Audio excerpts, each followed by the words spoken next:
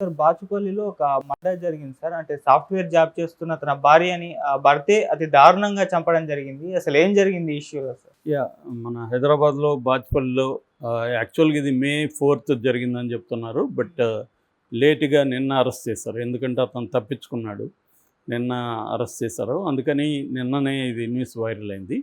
యాక్చువల్‌గా చంపింది మాత్రం ఈ మంత్ 4థ్. బాచ్‌పల్లి ఏందంటే నాగేంద్ర భరద్వాజ్, మధులత అనే ఇద్దరు భార్యాభర్తలు. వాళ్ళకి 1 ఇయర్ బేబీ ఉంది. 2020లో పెళ్ళయింది. సో అమ్మాయి చాలా అందంగా ఉంది. అబ్బాయి కూడా అందంగా ఉన్నాడు. సో ఆ అమ్మాయి జాబ్ చేస్తుంది కూడా, సాఫ్ట్‌వేర్ జాబ్ చేస్తుంది. అయితే ఆ అమ్మాయిని ఇతను అతి దారుణంగా చంపాడు. సుత్తితో తల మీద కొట్టి, కత్తితో గొంతులో పొడిచి చంపాడు. చంపిన తర్వాత చనిపోయిందని నిర్ధారించుకున్న తర్వాత బాడీని ముక్కలు ముక్కలు చేద్దాం అనుకున్నాడు. బట్ అది కుదరలేదు. దాంతో వంటింట్లో ఈ బాడీని పెట్టి గ్యాస్ ఇప్పి దాన్ని గ్యాస్తో పేల్చేద్దామని కూడా ట్రై చేశాడు. కానీ అది కూడా వర్కౌట్ అవ్వలేదు అని చెప్తున్నారు. దాని తర్వాత బాడీని ఎక్కడో బయటపడేసి ఇతను వీళ్ళ ఇంట్లో వాళ్ళు పారిపోయారని చెప్తున్నారు. బట్ దాని తర్వాత పోలీసులు పట్టుకున్నారు. అయితే వీళ్ళ అమ్మ నాన్న చెప్పేది, ముఖ్యంగా ఆ అమ్మాయిల నాన్న రంగనాయకులు, ఆయన నిన్న మీడియాతో మాట్లాడారు. ఆయన ఏమంటున్నా అంటే ఎందుకు చంపారు అన్నప్పుడు వాళ్ళు ఎప్పటి నుంచో కూడా, పెళ్ళైనప్పటి నుంచి కూడా వరకట్నం సరిపోలేదని వేధిస్తున్నారు.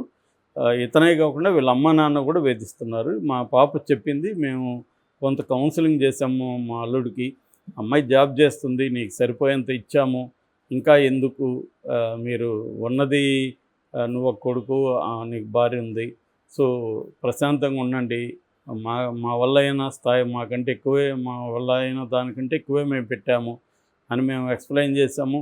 సరే మారుతారనుకున్నాము, అతను మారుతాడులే అనుకున్నాము, కానీ ఇలా చేస్తాడు అనుకోలేదు అనేది వాళ్ళు చెప్పారు. అతను ఏడుస్తున్నాడు. ఎందుకంటే మేము మా ఒకే కూతురు అల్లారుముద్దుగా పెంచుకున్నాము, ఇంత ఘోరంగా చంపాడంటే మేము ఊహించుకోలేకపోతున్నాం అనేది చెప్తున్నారు. వాళ్ళు కఠినంగా శిక్షించాలని చెప్తున్నారు. సో ప్రధానంగా ఇక్కడ చూస్తే అత్యాశ అనేది కనబడుతుంది. అంటే ఇవాళ ఏంటంటే కోరికల అనంతం అయిపోయింది. ఎందుకంటే కన్జ్యూమర్ ప్రపంచం మనకి ఎంతన్నా ఉంది. ఇప్పుడు వాచ్ 100 రూపాయలకి వాచ్ దొరుకుతుంది, ₹1,00,00,000, 300 కోట్లు అనేది మొన్న చదివాను, 300 కోట్ల వాచ్ అని. సో అలాగా అంతం లేదు దీని కోరికకు. సో అందువల్ల మనకి ఈ మధ్యకాలంలో గత 10-20 ఏళ్లలో చూస్తే వరకట్న హత్యలు ఇంకా పెరిగాయి. మేము పౌరొక్కల సంఘంలో పనిచేస్తున్నప్పుడు చాలా చూశాను మేము ఇట్లాగా. అప్పుడు కూడా ఉండేవి.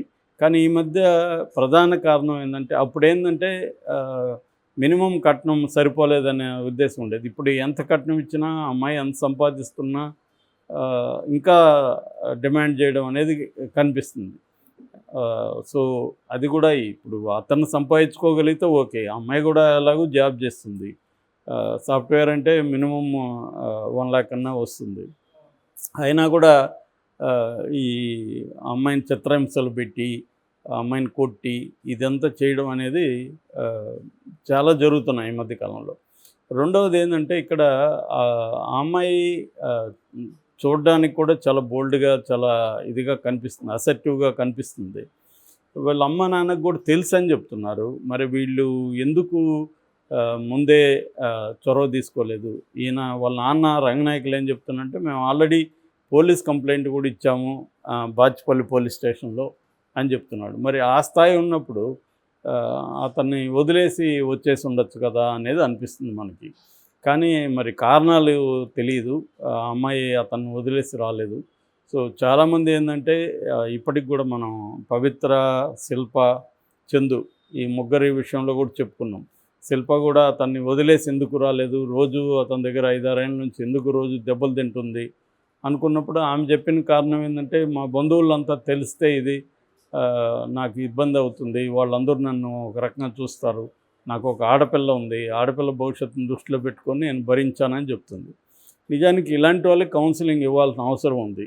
ఎందుకంటే ఎవరో ఏదో అనుకుంటారని నీ లైఫ్ని రూయిన్ చేసుకోవడం అనేది మూర్ఖత్వం తప్ప ఇంకోటి కాదు. ఎందుకంటే నువ్వు గట్టిగా ఉంటే నీకు సపోర్ట్ చేసేవాళ్ళు ఎలాగో సపోర్ట్ చేస్తారు, సో లేని వాళ్ళు ఎలాగో చేయరు. సో దాన్ని ట్రై చేయాలి. మనకి ఎవరు సపోర్ట్ చేస్తారో వాళ్ళతో మనం మాట్లాడచ్చు. సపోర్ట్ చేసేవాళ్ళు కొత్త వ్యక్తులు కూడా దొరకచ్చు రేపు పొద్దున. అది వదిలేసి అంటే ఒక ట్రెడిషనల్గా ఉండే ఒక భయం ఇంకా కూడా అమ్మాయిల్లో చాలామందిలో ఉంది. అట్లాగే పేరెంట్స్లో కూడా, ప్రధానంగా పేరెంట్స్ కూడా కూతురి లైఫ్ కంటే కూడా పరువు అనే దానికి ఇప్పటికి కూడా ఇంపార్టెన్స్ ఇస్తున్నారు. ఈ మధ్య పరువు హత్యలు నిజానికి పెరుగుతున్నాయి వరుసగా.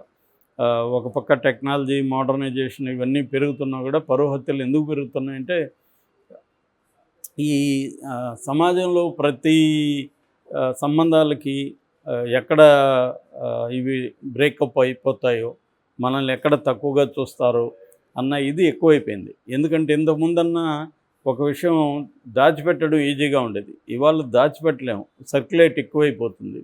అందుకు కూడా భయం అయిపోయింది. ఈజీగా తెలిసిపోతుంది ఇంతకు ముందు కంటే. ఎందుకంటే మీడియా, కమ్యూనికేషన్ సిస్టమ్స్ ఇవన్నీ వచ్చేసిన తర్వాత.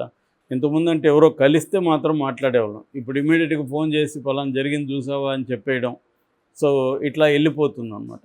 సో అందుకని పేరెంట్స్ కూడా వాళ్ళు మారాలి. యాక్చువల్గా పేరెంట్స్ ఇప్పుడు వీళ్ళు చెప్తున్న దాని ప్రకారం మేము అల్లారు ముద్దుగా పెంచాం మా కూతుర్ని అని చెప్తున్నారు. మరి అంత అల్లారు ముద్దుగా పెంచినప్పుడు అతను కొడుతున్నాడు, వాళ్ళ ఇంట్లో టార్చర్ చేస్తున్నారు అన్నప్పుడు అమ్మాయిని వీళ్ళు తీసుకొచ్చేసి ఉండాల్సింది. తీసుకొచ్చుంటే అమ్మాయి ఎట్లాగో సాఫ్ట్వేర్ జాబ్ చేస్తుంది, తన కాళ్ళ మీద నిలబడే పరిస్థితి ఉంది. ఇప్పుడు అలాంటి ఒకసారి చూసినాక పోలీస్ స్టేషన్ వరకు వెళ్ళినాక మళ్ళీ అడ్జస్ట్ అయ్యి ఉండడం, మళ్ళీ ఆ అమ్మాయి అడ్జస్ట్ ఉండడం, దీనివల్ల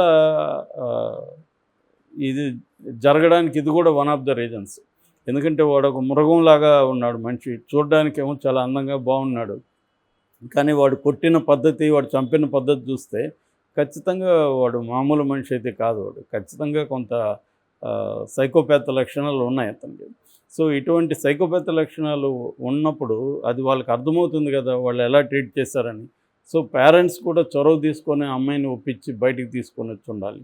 సో ఇదేంటంటే ఇలాంటివి జరిగినప్పుడు వీళ్ళు అడ్జస్ట్ కమ్మని చెప్పడం అనేది చేస్తారు తప్ప వాళ్ళని బయటికి తీసుకురావడం, అమ్మాయిని ఒక సైకాలజిస్ట్ దగ్గరికి తీసుకెళ్ళడం, కొంత అమ్మాయికి సపోర్ట్ సిస్టమ్స్ని ఏర్పాటు చేయడం అనేది పేరెంట్స్ కానీ చేస్తుంటే ఈ హత్య జరిగేది కాదు. సో ఎప్పుడైతే వాడేందంటే ఇలాంటి వాళ్ళు నిజానికి పిరికి వాళ్ళుగా కూడా ఉంటారు. వీళ్ళు బయట వచ్చి ఏం చేయలేరు. ఇంట్లో ఎవరు లేనప్పుడు భార్యని చంపడం అనేది అదేమీ పెద్ద ధైర్యమైన విషయం కాదు కదా. అది సైకికల్ విషయం తప్ప దాంట్లో ఏమీ ఇది లేదు. సో ఆ యాంగిల్లో చూసుకున్నప్పుడు ఇక్కడ క్లియర్గా మనకు అర్థమయ్యేది ఏంటంటే ఆ అమ్మాయి స్ట్రాంగ్గా ఉండాల్సింది ఉండలేదు. అట్లాగే వాళ్ళ పేరెంట్స్ ఇప్పుడైనా వాళ్ళ పేరెంట్స్ గట్టిగా ఫైట్ చేయాల్సి ఉంది. వాడికి మామూలుగా అయితే ఇలాంటి వాళ్ళకి నేను చాలామందిని చూశాను, ఇలాంటి వాళ్ళకి ఏం శిక్షలు పడవు ఫైనల్గా. ఎందుకంటే వీళ్ళు మేనేజ్ చేసుకుంటారు. విక్టిమ్స్ పేరెంట్స్ ఏం చేస్తారంటే ఎట్లాగో మన బిడ్డ చనిపోయింది, ఇంకా మన బిడ్డ రాదు కదా ఎందుకు అనుకొని వీళ్ళు కూడా మెల్లగా సైలెంట్ అయిపోతారు. సో మామూలుగానే పోలీసులకి ఇలాంటి వందలాది కేసులు ఉంటాయి కాబట్టి ప్రతి కేసుని మెటికులస్గా వీళ్ళు సాక్ష్యాధారాలంతా చేసి పెట్టరు. సో దీనివల్ల ఏమవుతుందంటే వాడికి పనిష్మెంట్ అనేది పడదు. నాకు తెలిసి ఇంకొక 1 monthలో బెయిల్ మీద బయట వచ్చేస్తాడు. ఎందుకంటే నేను ప్రత్యక్షంగా చాలామందిని జైల్లో ఉన్నప్పుడు ఇలాంటి భార్యలను చంపిన కేసును చూశాను. వాళ్ళలో ఏ రకమైన పశ్చాత్తాపం కానీ ఏముండదు. సో వాడు బెయిల్కి ట్రై చేసుకొని బయటకు వచ్చేస్తాడు. ఇది బేసిక్గా జరుగుతుంది.